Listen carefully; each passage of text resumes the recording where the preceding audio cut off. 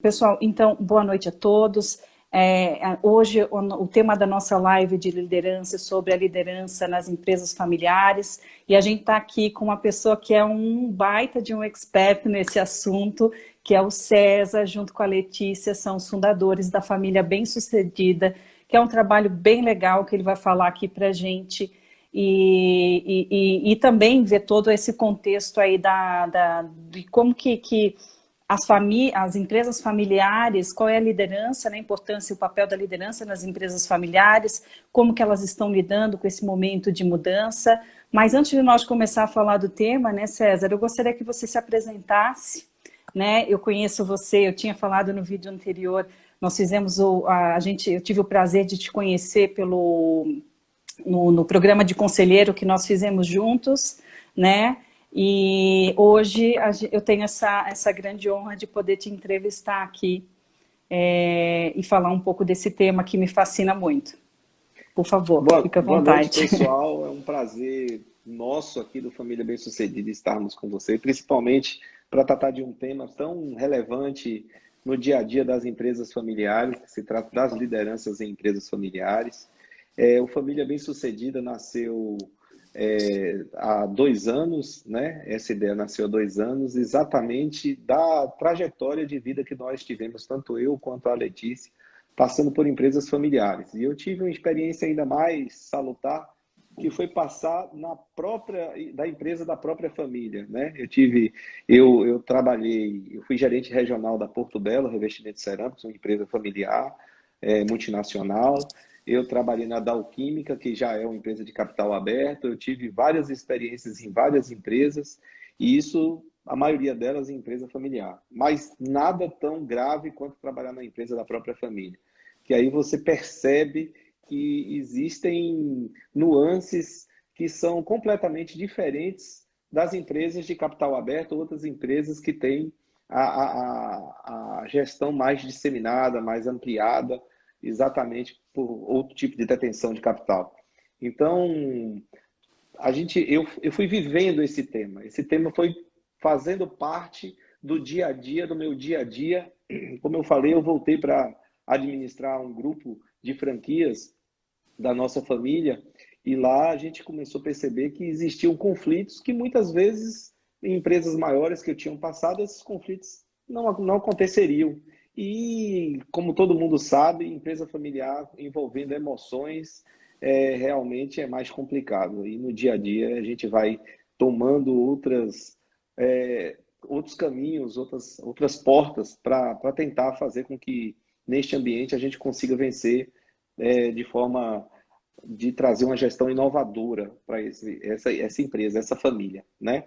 E assim, eu tive uma experiência muito legal, porque a partir do dia que eu cheguei para trabalhar com minha família, eu tive que começar a me especializar e fui para vários congressos internacionais, começar a me especializar para entender essa proposta. E aí a gente criou Família Bem-Sucedida, que tem como propósito trazer paz e harmonia às famílias empresárias, né? Evoluindo suas empresas com familiares com governança corporativa. Aí a gente traz um ponto mais sério um pouco para esse nível de família, porque o caminho que está se traçando aí para o futuro na evolução das empresas familiares é sim passando pela governança corporativa, pelo ESG e por várias outras vertentes que cada dia pela inovação. E nós, no decorrer do nosso papo aqui, vocês vão entender bastante que estamos no momento de inflexão nas empresas familiares. Então, pegando esse gancho aí que você falou, bom, vou primeiro fazer uma recapitulação. Você falou envolvendo as emoções, e isso é verdade, né? A gente vê isso, eu acho que por isso que é tão importante ter pessoas especializadas nas empresas familiares como você. E aí, pegando um pouco do gancho aí no ponto de inflexão que você falou, como é que você vê, qual é que é a diferença, como é que era a liderança? Não a diferença, mas como que era a liderança antes da pandemia e agora depois da pandemia? Mudou alguma coisa, César? Está mudando muito. Está mudando muito e vai mudar mais ainda. A gente tem algumas fases das empresas familiares. A gente vê que antigamente, né, as empresas familiares, ela vinha do nascimento. Se a gente fala da Revolução Industrial, a gente vê que esse nascimento se tratava de não ter líderes, e sim chefes, né? Uhum. A coisa era muito automática, então você tinha chefe controlando hora, tempo, minuto.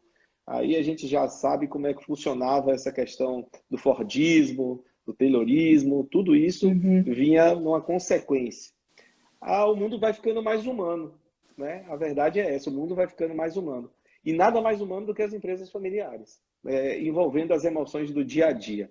Então, quando a gente está na primeira fase, que é a fase do fundador, quem toma a decisão da empresa é o fundador. Ele acorda de manhã, fala, eu sou Deus, vou fazer isso, e é um empreendedor misturado com o fundador, está numa empresa em franco crescimento, acertou, foi um bom empreendedor, acertou naquele nicho de mercado, vem fazendo, vem tendo resultado e assim ele vai ampliando. E cada vez que ele amplia mais, ele vai engajando as pessoas a acreditarem naquela ideia, naquele sonho, né? Uhum. Então, realmente, a gente descobre nesse processo aí bons líderes, tá? Bons líderes e pessoas que engajam, que comprometem, que se comprometem com os outros, né? Na empresa familiar, a gente tem uma característica muito importante, que é a proximidade, né, das pessoas, que geralmente o fundador traz pessoas da família, pessoas de confiança. Qual é o maior medo do fundador? Primeiro, ser roubado, né? Ele Uhum. primeiro ser roubado.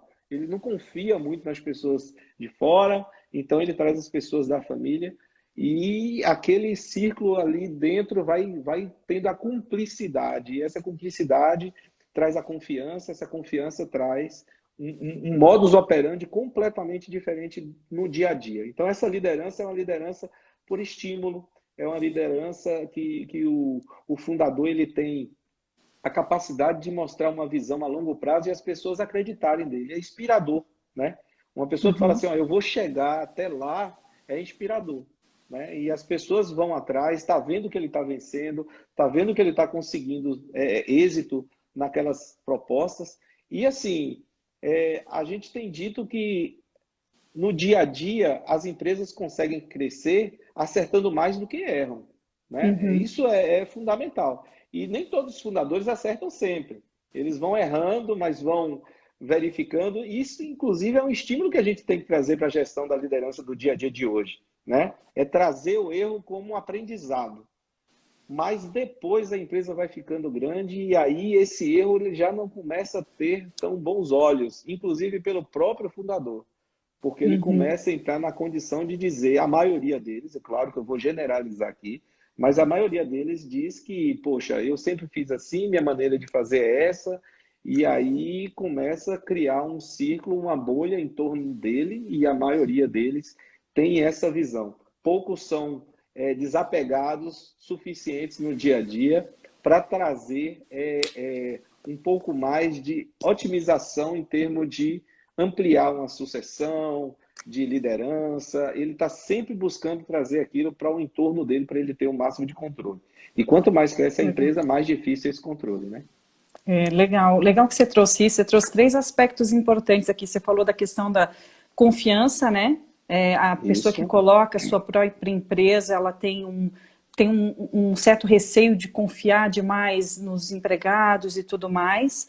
Essa questão da minha maneira, eu sou o dono, eu faço as coisas da minha maneira, se amanhã acontecer alguma coisa diferente, eu vou lá, decido, e o erro e acerto. Essas são grandes preconcepções que a gente tem, né, do cara que é um empreendedor, ele realmente vai atrás, ele vai, bota atração. Mas também podem ser paradigmas. Existem paradigmas que foram quebradas com essa pandemia? Tem algum desses conceitos que você falou aí que foram quebrados ou que tiveram que se modelar por conta da pandemia, que não deixou mais tá todo mundo junto, sabe aquela coisa de debaixo do olho do dono? Quando você É. vai para uma situação de trabalho à distância, não pega tanto isso, né? Vamos lá, o que a pandemia fez? O que o coronavírus fez? Ele separou fora e agregou dentro. As Uhum. famílias separaram, tiveram que se distanciar do lado de fora e tiveram que se recolher para dentro dos seus lares, né? Então, se um lar já não está tão ajustado no dia a dia por troca de acusações, muitos problemas de comunicação dentro dos lares para discutir assuntos relacionados à empresa no ambiente familiar, o processo vai ficar complicado. Na verdade, eu digo sempre, quem era ruim continuou ruim na pandemia, quem era bom continuou bom, quem era agressivo continuou agressivo, ninguém mudou na pandemia. O que mudou foi a situação, foi o entorno. Né? As pessoas tiveram mais que conviver. O que a gente teve que fazer? A gente teve que conviver. Isso está mudando completamente o dia a dia dos líderes, né? Sejam eles de empresas familiares, sejam eles de empresas de capital aberto. O que aconteceu? E eu acho que foi a grande quebra de paradigma. Primeiro, vamos falar do fundador. Fundadores que tinham uma idade, que estavam no grupo de risco, né? Que tinham a empresa girando em torno dele. Ele tentou fazer isso, né? Mas muitas vezes ele não conseguiu. A maioria das vezes ele não conseguiu, né? Porque ele é muito inovador, ele é muito rápido no pensamento, mas quando está todo mundo perto, aquilo era mais fácil. E no momento que você coloca todo mundo para trabalhar de home office, e todo mundo com seus problemas, que chegaram também nas suas residências, que tiveram seus problemas, filhos não foram para a escola, começaram a fazer o homeschooling, aí mudou completamente o tipo de liderança. Você tem que perguntar como é que a pessoa está primeiro. Muitas vezes a cobrança sai das tarefas e sim para o resultado, e sim daquilo que vai ser entregue. Muitas vezes não. Foi isso que aconteceu. Não dá para o cara... Você tinha uma equipe, né? Mesmo sendo empresa familiar, você tinha uma equipe. Qual era aquele... O chefe, ele estava lá verificando se o cara estava no computador, o que o cara estava fazendo, levantava 1000 vezes por dia para ficar controlando. Não dá para controlar. O cara, às vezes... Inclusive, todo mundo viu que as pessoas em casa trabalharam mais do que nas próprias empresas. Aquelas que estavam engajadas, aquelas que acreditavam em seus líderes, se dedicaram a dar resultado, né? Então, foi isso que nós vimos também nas empresas familiares. Vimos o fundador perder um pouco do seu poder, ou muito do seu poder, por não estar tão à frente do negócio, e necessitando de pessoas engajadas, inspiradas e inovadoras para tentar sair de uma solução que ninguém imaginava acontecer. É surreal. A gente vai no aeroporto, está todo mundo de máscara. A gente vai na empresa, não estão todos os colaboradores. Você teve que ver quem estava no grupo de risco. Você... verificou quem tinha outros grupos de risco dentro de casa que você não poderia trazer para a empresa. Empresas pararam de funcionar esperando ver o que ia dar. Todo mundo imaginou que era uma coisa de 3 meses. Já estamos chegando no final do ano. Esse ano 2020 passou assim, né? Quem tinha casa aprendeu a lavar prato, aprendeu a arrumar, porque os colaboradores não estavam.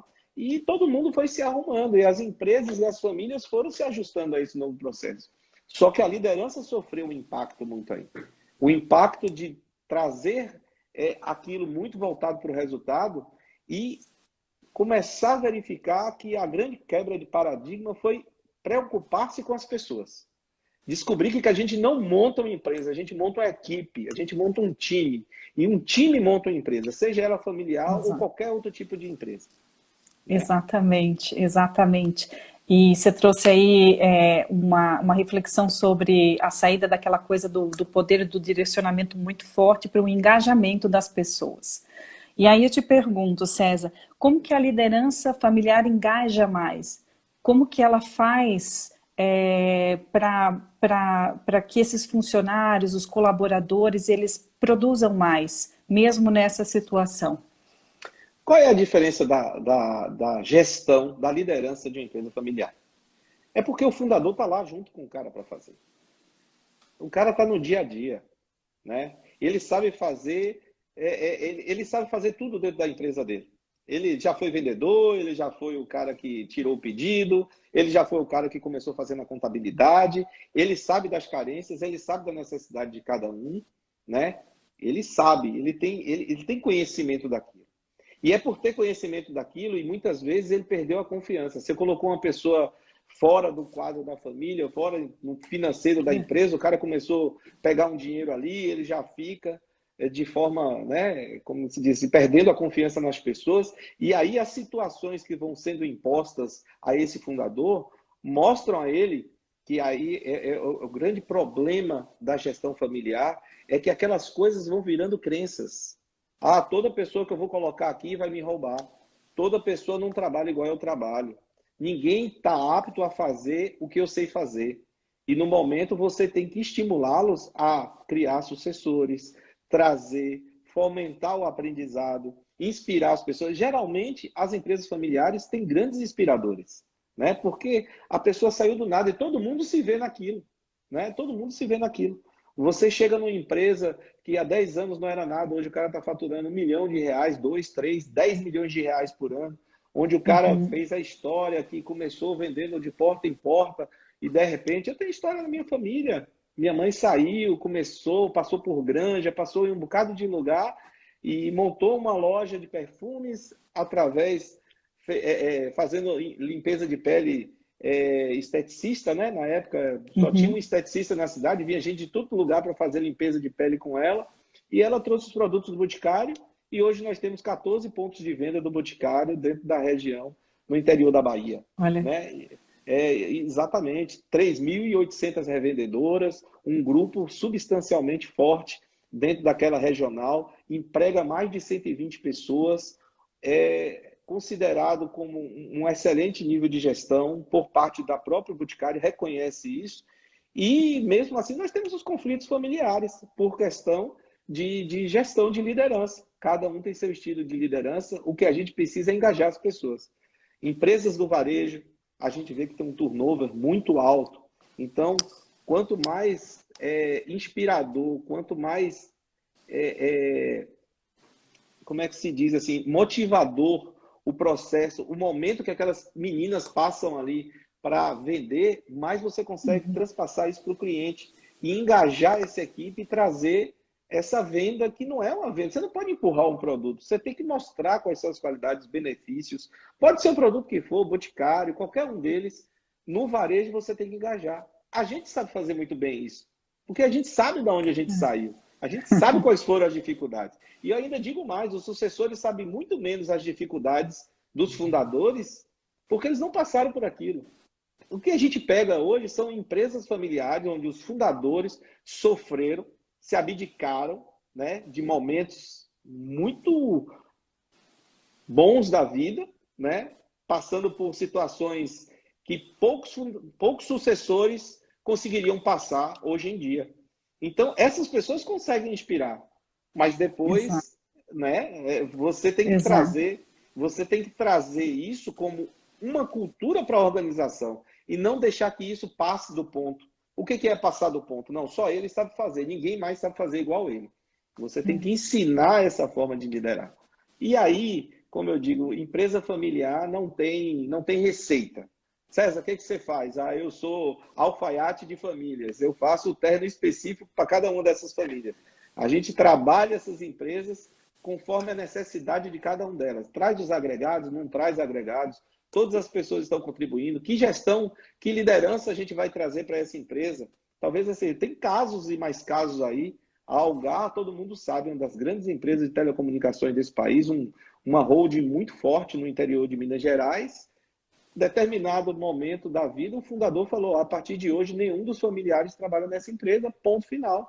Muita gente não fala com ele até hoje, mas foi um momento de inflexão onde a empresa tomou outro rumo, né? Porque você tem que saber o ponto certo, né? E trabalhar isso hoje em dia não é simples, não é simples. Por isso que cada dia mais a gente tem que ficar prestando atenção no estilo de liderança dos seus líderes, das empresas familiares, e trazer esse estilo de liderança para o dia a dia. Legal. César, eu gostei muito que você falou da trajetória da sua mãe, então a gente vê que realmente está na veia, né, esse negócio de empreendimentos familiares. Eu gostei de um ponto que você falou, que é quem sabe realmente a dificuldade de uma empresa são os fundadores, né? A primeira geração. Quando começa a vir para a segunda, terceira geração, a gente sabe que começa a vir mais problemas de conflitos, etc. E aí me veio até à mente agora que essa é uma questão que as pessoas me perguntam lá no meu canal, lá no outro canal que eu tenho, da Multiconcept, eles perguntam muito isso. Então, como que as lideranças da empresa familiar conseguem lidar com esses conflitos das gerações, que é uma coisa muito crítica para que ela consiga ter a sua sobrevivência? Suelen, na verdade, elas não conseguem. Na verdade, muitos. Vai depender muito da cultura da família, do respeito que a família tem perante o sucessor, de que forma o sucessor engaja, desculpa, o fundador, de que forma o fundador engaja seu sucessor no dia a dia. Eu conheço famílias que as pessoas estão montando as empresas, estão trazendo seus filhos, mostrando a importância da empresa. Nessas empresas são mais fáceis você criar umas empresas com a qual os fundadores montaram e não queriam o sacrifício que ele fez passasse para os seus sucessores, dificilmente esses sucessores são capazes de absorver esse negócio, né? Eu tenho muitos casos e a maioria dos casos eu tenho empresas que a pessoa deu toda a condição para o filho fazer qualquer outra profissão. Eu não estou falando que obrigatoriamente você tem que trazer a pessoa, mas muitas vezes por não gostar de trazer o filho para dentro do negócio, por achar que aquilo também era sacrificante. O problema é que era sacrificante no começo e depois começou a ser a única fonte ou a fonte de renda da família. E que todo mundo vai permear esse âmbito financeiro, né? Essa segurança financeira. Então, você manda seu filho para os Estados Unidos, o cara faz um curso lá, volta com uma capacidade interessante e aí há uma desconexão, tá? Porque a gente vê resultados. Se você é filho de um padeiro, muitas vezes, se você não gostar daquele dia a dia, você não vai ficar acordando 4 horas da manhã para esquentar o forno para fazer o pão. Quando o fundador ele deixa de existir, você vai lá e vende o ponto, né? Você vende um ponto e vai alugar o ponto, vai viver de renda, vai colocar outra coisa, vai empreender. Muitas vezes acontece isso. Mas o inverso, quando a empresa dá certo, quando aquilo está empregando muitas pessoas, quando você tem um compromisso com a sociedade que está no seu entorno, quando você tem um compromisso com as pessoas que são seus colaboradores, quando o patrimônio começa a ficar um patrimônio robusto, aí é difícil, aí vai cair no seu colo, o colo de alguém da família. Ou você cria sócios, ou você cria herdeiros. E aí é o que a gente engaja para a pessoa criar sócios, tratar os filhos como sócios, que são, né, a segunda geração. E a gente tem pesquisas dizendo que a segunda geração geralmente cai o valor do EBITDA das empresas. Por quê? Porque eles não conseguem, é difícil fazer essa sucessão. Essa sucessão deveria começar quando o filho nascesse. É exatamente trazer, não quer dizer que o filho seja condenado a viver dentro da empresa do pai. Olha que negócio interessante. Quando você está com os seus filhos e você chega na empresa, você tem milhões de problemas na empresa. Até a forma com a qual você leva esses problemas para sua casa e começa a citar esses problemas. Eu demiti alguém deixou de me pagar, eu estou com um bocado de inadimplência e tal. De repente você fala, filho, se ele não compreender que existe lado bom também nesse negócio, quando você fala, filho ou filha, venha para cá, ele fala, eu não, aí só tem problema, não quero assumir esse tipo de problema.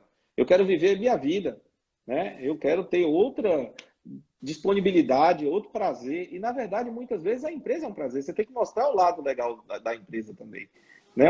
O lado de ajudar a sociedade, de estarmos conjuntos com todos os outros que estejam sendo seu colaborador, sendo seu fornecedor, mostrar a cadeia, mostrar os benefícios que aquela empresa, aquela empresa familiar está trazendo para a sociedade. Isso é muito importante, você ter 120 colaboradores, quando você coloca todo mundo dentro de uma sala e você sente uma festa de Natal, por exemplo, estamos chegando ao Natal, e a gente sempre fez o Natal com todos os nossos colaboradores, sempre foi a festa mais esperada do ano. Por quê? Porque era aquele momento, né? No momento que eu estava lá, eu já estava bastante engajado, trazia no dia a dia, estava sempre preocupado com as pessoas, exatamente trazendo como ponto principal sempre as pessoas. Eu tinha certeza e eu consegui um crescimento substancial. Em 11 anos eu cresci 13 vezes a empresa, né? 13 vezes o valor da EBITDA da empresa. Nossa. Por quê? Muito Porque bom. eu sempre coloquei as pessoas como foco do crescimento. Como foco do crescimento. Quando a pessoa falava assim, eu tenho uma situação, Sueli, muito interessante, e essa vale a pena contar, é um momento crítico para as pessoas entenderem o que é isso aí.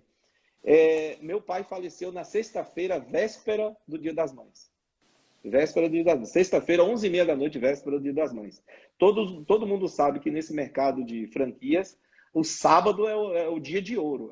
34% da venda do ano né, é o dia de ouro.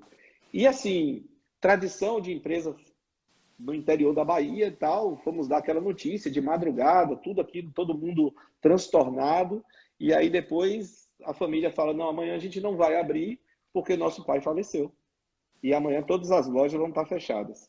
E eu tive que tomar a decisão, falei, não, nós vamos abrir sim, porque nossos clientes que querem dar os presentes às suas mães, eles não têm nada a ver com isso. Nós temos a ver com isso. Talvez nós não estaremos na frente de loja, né, porque na situação. Então, qual foi a... Isso criou um conflito interno, foi assim, muito complicado. Você tomar essa decisão no momento de dar notícia, né, olha, tal, não, vai fechar tudo. Não, vai fechar. Ah, mas todo mundo, não, está sendo insensível e tal. Lembre-se, se nós fechássemos tudo, a gente quebrava a empresa, a gente quebrava a família. Então, nessa situação, liguei para o franqueador, falei com ele que a gente não ia fechar, colocamos todas as lojas com um símbolo de luto, né? E a primeira coisa que eu fiz no dia, porque meu pai faleceu em outra cidade, ainda ia passar o dia viajando e tal, a primeira coisa que eu fiz foi chamar a equipe e falar, equipe, pelo amor de Deus, eu preciso de vocês. Eu preciso que vocês nos ajudem, assim, eu sei que é um momento... Esse momento é um dos momentos mais difíceis da minha vida e eu não vou ter condição de estar na frente de loja junto com vocês. Mas eu conto com vocês, conto mesmo com vocês. E foi o Natal que a gente mais vendeu. Foi um dos natais que a gente mais teve... desculpe, o Dia das Mães, que a gente mais teve resultado foi esse dia. Né? Por quê? Porque a gente sentiu o engajamento. As pessoas estavam ali, as pessoas realmente deram duro. E no outro dia estava todo mundo lá no sepultamento. E, cara, foi assim um momento indescritível, sabe? De todas as situações que a gente já viveu, foi um dos momentos mais difíceis da minha vida. E de achar que talvez você estivesse fazendo uma coisa errada, mas eu estava gerindo e estava com aquela equipe, graças a Deus, engajada dentro daquilo. Porque falava assim, realmente, César, não dá para a gente parar. A gente tem que continuar, o barco tem que estar no mar e independente da ventania, nós estamos juntos aqui para te ajudar no leme, né? Na direção disso aí. Foi assim, um momento que eu considero assim, um momento muito inspirador e eu acreditei ali na minha equipe, eu falei, pô, cara, realmente a gente tem uma equipe na mão, vamos todos juntos, porque a gente vai conseguir fazer sucesso com isso aqui, né? E foi isso que a gente conseguiu fazer para crescer a empresa. Então, são momentos assim, isso acontece na empresa familiar, né? E, assim, acontece de um lado emotivo. Você concorda comigo? Porque absolutamente. Numa empresa normal, o presidente vai lá e falece, tudo bem, a empresa vai continuar, mas de uma forma sem nenhum tipo de emoção, né? E no nosso caso, não, foi pela emoção que as pessoas se engajaram. Isso é empresa familiar. Que história incrível, assim, né? Assim, isso com certeza você pegou porque veio da sua família, né? Você falou muito do relacionamento pai-filho que manda, que tem essa troca de mensagem, inclusive a Elis comentou sobre isso, que é bem verdade isso que você está falando. Aristóteles também falou que é verdade aqui no chat. Inclusive, pessoal, se tiverem perguntas para o César, aproveitem, hein? Porque daqui a pouco a gente já está terminando aqui a live. Então, se tiver dúvida, manda bala. Né? Passa rapidinho. E assim, ó, vendo você falar da conquista da sua mãe, do seu pai, a história do falecimento dele, principalmente a sua decisão, que é uma decisão muito difícil, me arrepiou. Estou arrepiada aqui, César. Porque é bem isso, né? Quando a gente fala de família, é o relacionamento que você tem, né?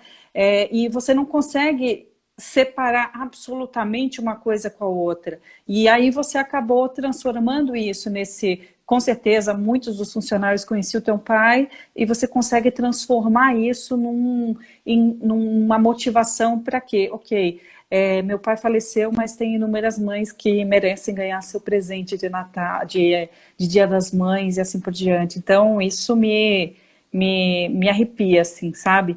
E aí, pegando o gancho do que você falou muito desse relacionamento da família, cada família tem um tipo de relacionamento, uma cultura.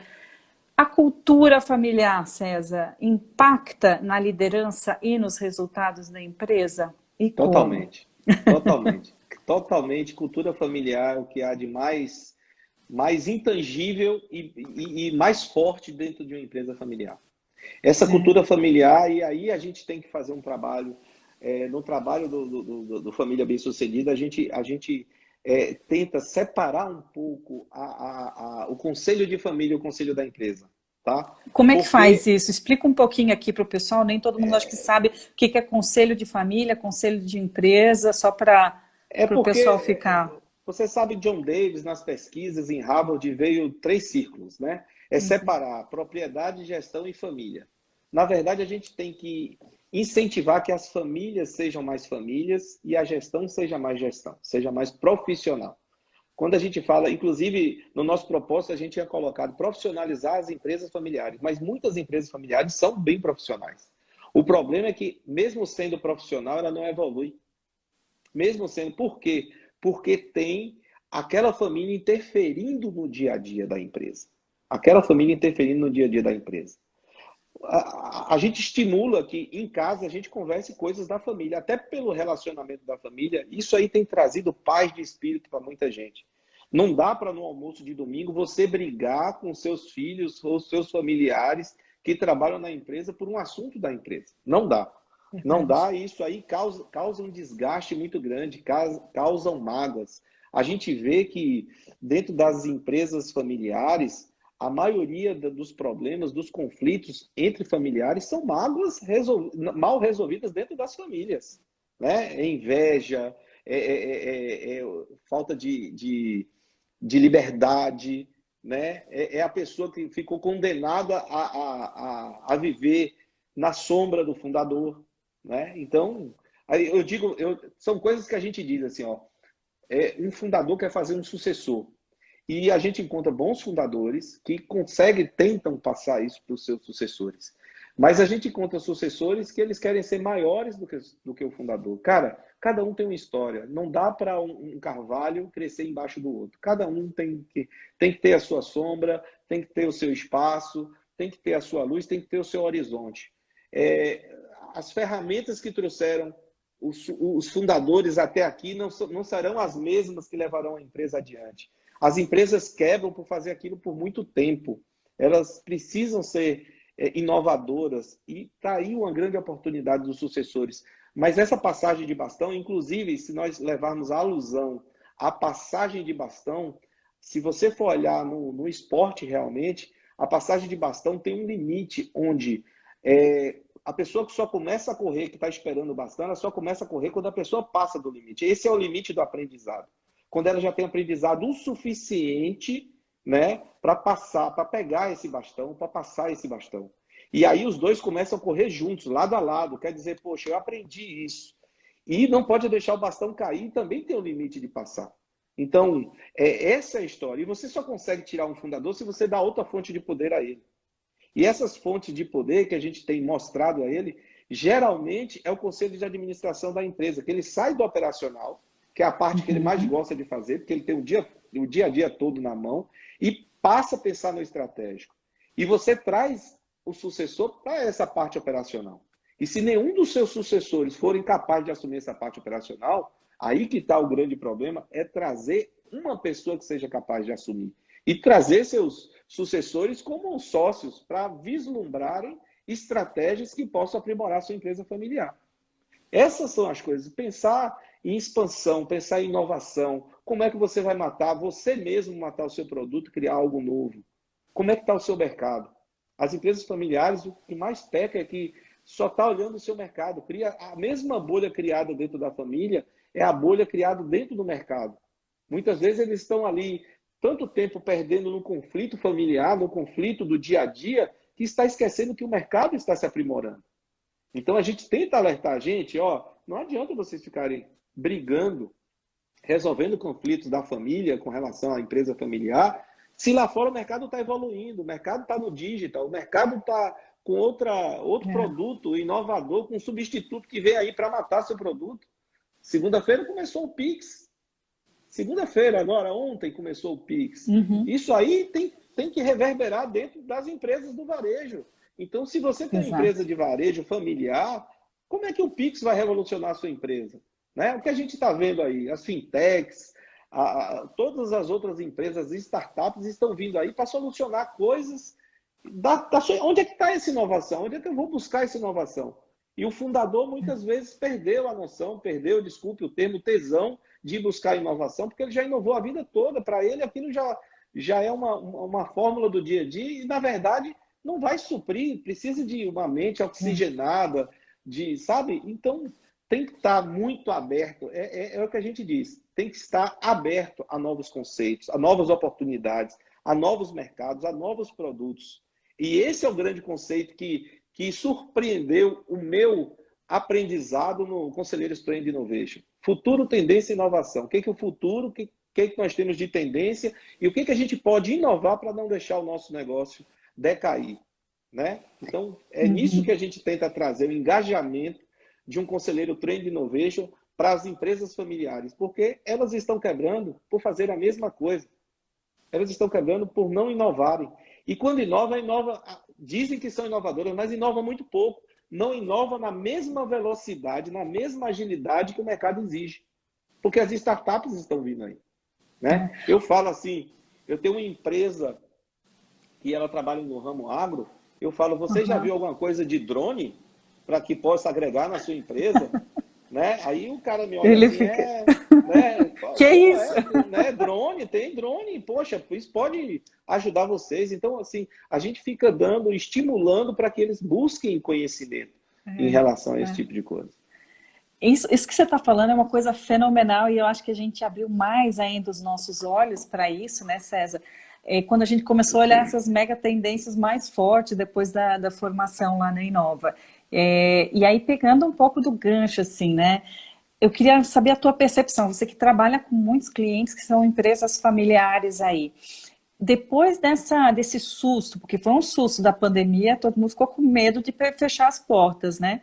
Aqueles que conseguiram sobreviver ainda têm aquele receio. Você acha que as pessoas, os empreendedores, aí, os donos de empresa familiares, eles abriram mais a mente para isso? Você acha que eles estão mais suscetíveis a buscar inovação, buscar outras formas? Olha, eu vou lhe dizer, os que eram muito duros, trincaram. Pois é. Trincaram realmente. Os que eram muito duros. E os moles não conseguiram. Os que eram muito moles, eles não conseguiram. Então, tem um meio termo aí que a gente tem que verificar nas empresas familiares. Nada vai ser como antes. As empresas tiveram que colocar as pessoas para trabalharem dentro de suas casas, do home office, e, de repente, a gente ainda não teve condição de trazer todo mundo para dentro de casa novamente. E aí o cara começa a perceber que aquilo é custo.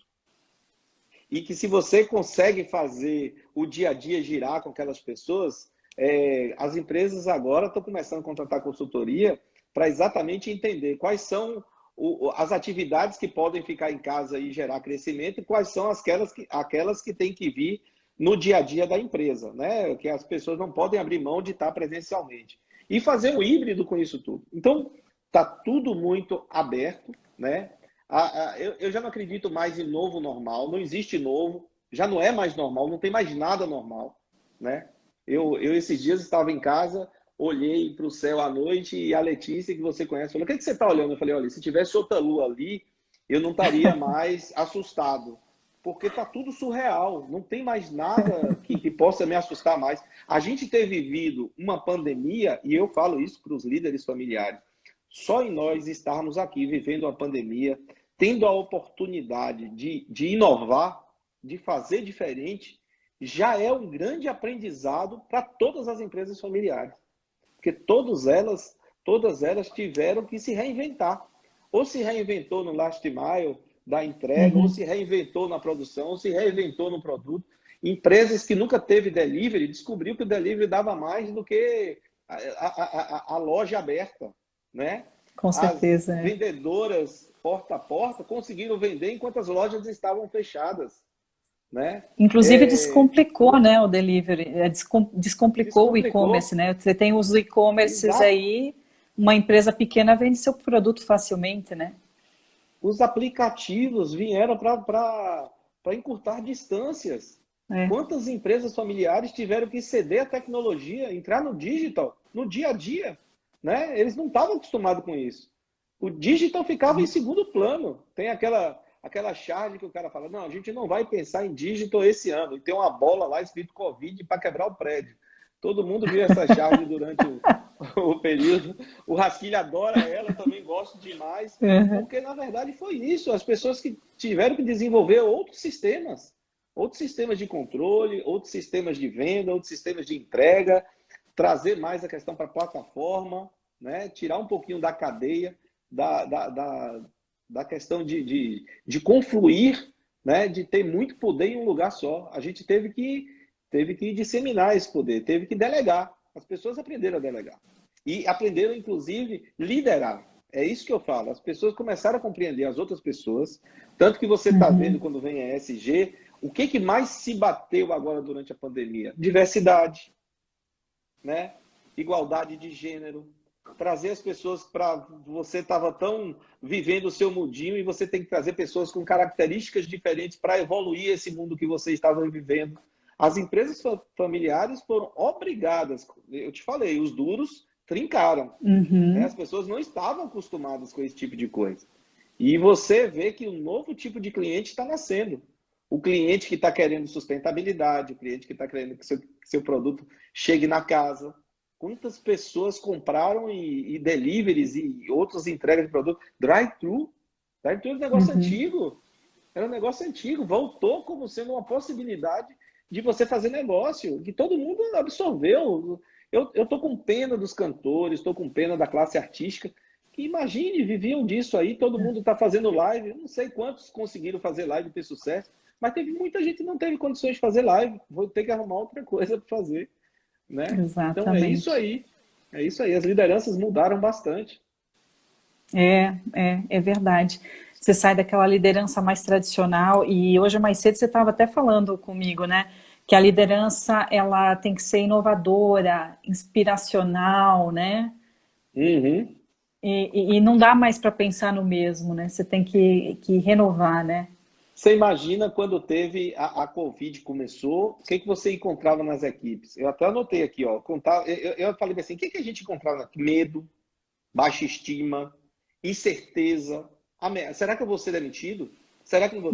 Aquele cara que era seu parceiro de negócio, seu colaborador, ele não conseguiu enfrentar a pandemia porque a situação da casa dele ficou insustentável, né? Então, você tem que começar a compreender essas coisas. E o líder, o que o líder teve que fazer? Cara, vou chamar esse pessoal, o que você está sentindo? Em que eu posso te ajudar? Sua internet está boa? Você vai trabalhar até que horas? De que forma você vai conseguir me entregar aquilo que a gente está propondo que você me entregue em termos de resultado, não de tarefas? Eu preciso desse resultado. Eu preciso vender, eu preciso fazer funcionar o nosso setor de contabilidade, de cobrança. De que forma a gente vai conseguir fazer isso? Né? Na empresa da qual eu trabalho, no varejo, era surreal. Um dos conflitos que eu tinha com minha mãe é que eu tinha que estar 8 horas a 10 horas por dia na frente da mesa onde ela pudesse me ver. Né? Imagine eu falar que trabalhava de casa. Só que eu trabalhava, eu já fazia home office antes disso. Eu já tinha experiência do home office. Então, para fazer os pedidos, eu usava o meu final de semana, pelo menos 2 turnos no final de semana, a mais do que normalmente eu fazia. E no dia a dia eu estava nas lojas, que eu preferia estar nas lojas, vendo o dia a dia das lojas, do que ficar no escritório. Mas isso vem da concepção daquele cara que fala assim, não, passar 8 horas dentro do escritório, o cara está produzindo. Não está. O importante é o resultado da venda no final do mês. O importante é o engajamento que você traz à sua equipe, para essa equipe poder também engajar o restante da sociedade naquele propósito de empresa. Né? Só assim você vai conseguir. E eu gosto de vender. Eu chegava nas lojas e vendia. Porque eu chegava lá e mostrava para eles. Mas eu tinha que, quando eu chegava para vender, era para vender mesmo, porque não podia dar um exemplo. Né? As objeções do cliente. Isso é muito legal. Isso é muito legal. E também ensinar a equipe, muitos colaboradores nossos que vinham para fazer a parte de gerência, eu falava, olha, se você não tem aptidão a vender, não tente. Porque quando você errar, aquilo que você demonstra, aquilo que você faz, reverbera mais do que o que você diz. Então tem que ter muito cuidado. Aprenda, olhe, incentive, estimule, conheça e não precisa ir lá saber fazer. Mas hoje é interessante que a pessoa saiba fazer. Hoje é interessante que a pessoa sinta na pele o que o cliente quer. E o cliente já vai mais bem informado do que antes. Independente do ramo, ele já vai bem. Com a internet aí, muitas vezes ele nem vai. Né? Ele nem vai, ele já compra pela internet, pelo aplicativo, né? Uhum. Mais mudança de paradigma, né? Com O líder certeza. tradicional cobra por tarefa, por horário, e nada disso gera resultado, né? Nada disso também estimula as pessoas, porque se você parar para pensar, cobrar uma pessoa por horário, por tarefa executada, é quase como você acompanhar uma máquina, né? E você tira esse Exato. fator pessoa, empatia, emocional, né? E Aí a como é gente que você volta pro faz? Taylorismo, né? A gente volta pro Taylorismo, vai Exato, acompanhar exatamente. Não dá para fazer. Hoje, exato. no dia de hoje, não dá. E a geração Infeliz... nova não quer. Aí que tá. Aham. A geração nova, ela não quer. Ela não É outra aceita. vibe, né? Outra É outra, sintonia. exatamente, é outra sintonia. Se o lugar não for legal, ganhar pelo que ela está ganhando, ela prefere ficar em casa. Com certeza. É, isso As aí. pessoas hoje querem ter prazer naquilo que faz. Querem encontrar, É, coadunar propósito. Né? A palavra é, propósito, mas quer coadunar, inclusive, a cultura. Você não entra, não fica numa é, empresa, mesmo que seja familiar, se aquilo não está coadunando sua cultura com a dela. é. Né? É verdade. Então, E o propósito, né, César, é tão importante. Como é que a gente comunica isso? Não é só com palavras, né? A comunicação não é só palavras, né? É como você falou um pouco antes, as atitudes, você mostrar, você sabe dar o exemplo. Ela tem uma comunicação que ela é verbal, mas também tem uma que ela é não verbal, né? Então, exato. como que, né? Como que conectar isso? Como fazer essa comunicação mais efetiva para essa liderança familiar, né? É, você imagina que já existem, inclusive na cultura das próprias famílias, você tem que observar como é a comunicação entre os familiares para você saber como vai ser a comunicação da liderança com seus colaboradores, Exato. né? Aquela comunicação não agressiva, se você tem ela em casa, se você respeita seus parentes, seus próximos, com certeza você vai respeitar todos os outros na rua. Né? Então, é isso que eu falo que a cultura tem um fundamento muito forte no dia a dia. Porque se você pede desculpa, licença, obrigado, por favor, dentro da sua casa, com certeza você vai trazer aquilo para dentro da empresa. E aquilo vai fazer diferença. É por isso que a empresa familiar também tem uma forte característica de ser catalisadora da melhora do mundo. Eu acredito demais nas empresas familiares como catalisadoras de uma melhora mundial, que é através dela, através do seio da família, que você consegue passar bons conceitos para as empresas familiares e elas podem reverberar na busca de um mundo melhor. Isso que eu acho que é ESG, isso que eu acho que é trazer sustentabilidade, trazer a parte ambiental e trazer esse apego ao respeito à comunidade.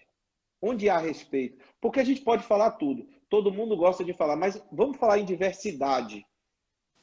Você pode encontrar diversidade dentro de sua própria casa. Como é que você aceita Exato. aquela diversidade? Vamos lá. Então, nas famílias, grandes conflitos por causa de diversidade dentro das suas casas, né? Por causa da comunicação, a comunicação agressiva. Então, dessa forma, você tem que ir aprimorando, tem que entender a característica daquela família e tem que mostrar que aqueles pontos são pontos que devem estar no foco de uma melhora, que aquilo interfere no dia a dia da empresa. Né? Tirar o que há de essência boa da família e trazer para a empresa familiar. E essa essência tem que agregar pessoas. Essa liderança tem que estar agregando as pessoas para um propósito legal.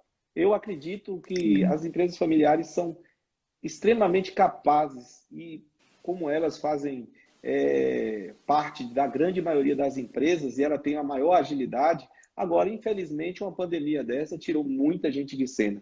Mas nós somos resilientes, empresas Exato. familiares são mais resilientes, os fundadores vão ter a oportunidade de recriar e de entender que talvez seja um ponto de reflexão. Eu sei que tem muita gente que vai reconstruir de forma Com certeza. melhor do que estavam, porque eles vão aprender aquilo como lição. Com certeza. César, eu queria te agradecer por todas esse conhecimento tão profundo de empresas familiares. Pessoal, essa então, assim, essa live foi dedicada à liderança nas empresas familiares. O César é um expert nisso. Nós já estamos chegando às 8h30, eu não quero perder o time para a gente poder gravar essa live. Eu sei que tem Uhum. pessoas que entraram depois, tem pessoas aqui até que pediram para gravar a live. O César vai deixar a live gravada e depois nós vamos disponibilizar nos canais da jornada. O César também pode disponibilizar na da Família Bem-Sucedida, que ele está gravando por aí. Então, Uhum. sigam a jornada da Liderança D3, Jornada D3, sigam a Família Bem-Sucedida, para vocês terem essa live que ficou aqui sensacional. E quem não conseguiu ver a live do começo ao fim vai ter a oportunidade de ver depois aqui no nosso canal. César, mais uma vez, muito obrigado. Queria que você desse aqui a nossa mensagem final. Você terminou com uma mensagem muito boa de respeito às famílias, né? Esse respeito que tem que ter dentro de casa e que a gente leva para a empresa. Deixa a sua mensagem final. Eu fiquei com essa para mim agora aqui, né? O respeito da Uhum. família, o respeito que existe dentro de casa, a gente leva para a empresa. Por favor. Eu acredito que pode revolucionar o dia a dia das famílias e do mundo é a questão dos laços familiares em termos de amor. A gente tem que amar aquilo que a gente faz e geralmente as empresas, as famílias empresárias, as empresas familiares, todas elas estão engajadas por amor, tá certo? Porque ninguém faz aquilo que não gosta de fazer. Então, aquilo que eu te falei, eu acho que trazer essa essência da família para os negócios, mas a melhor essência, buscar o que, que tem de bom dentro da sua família e trazer para os negócios. Eu tenho certeza que é receita de sucesso. E isso é feito com amor, isso é feito com carinho, isso é feito com paixão, né? Mas lembrando sempre que estamos caminhando juntos. Uma folha que cai aqui vai influenciar o mundo inteiro. Então, que estejamos sempre atentos a isso, certo? Eu acho que a liderança está engajando todos aqueles colaboradores para que estejamos juntos nessa mesma jornada. É isso aí, eu acho que é essa a mensagem que eu deixo.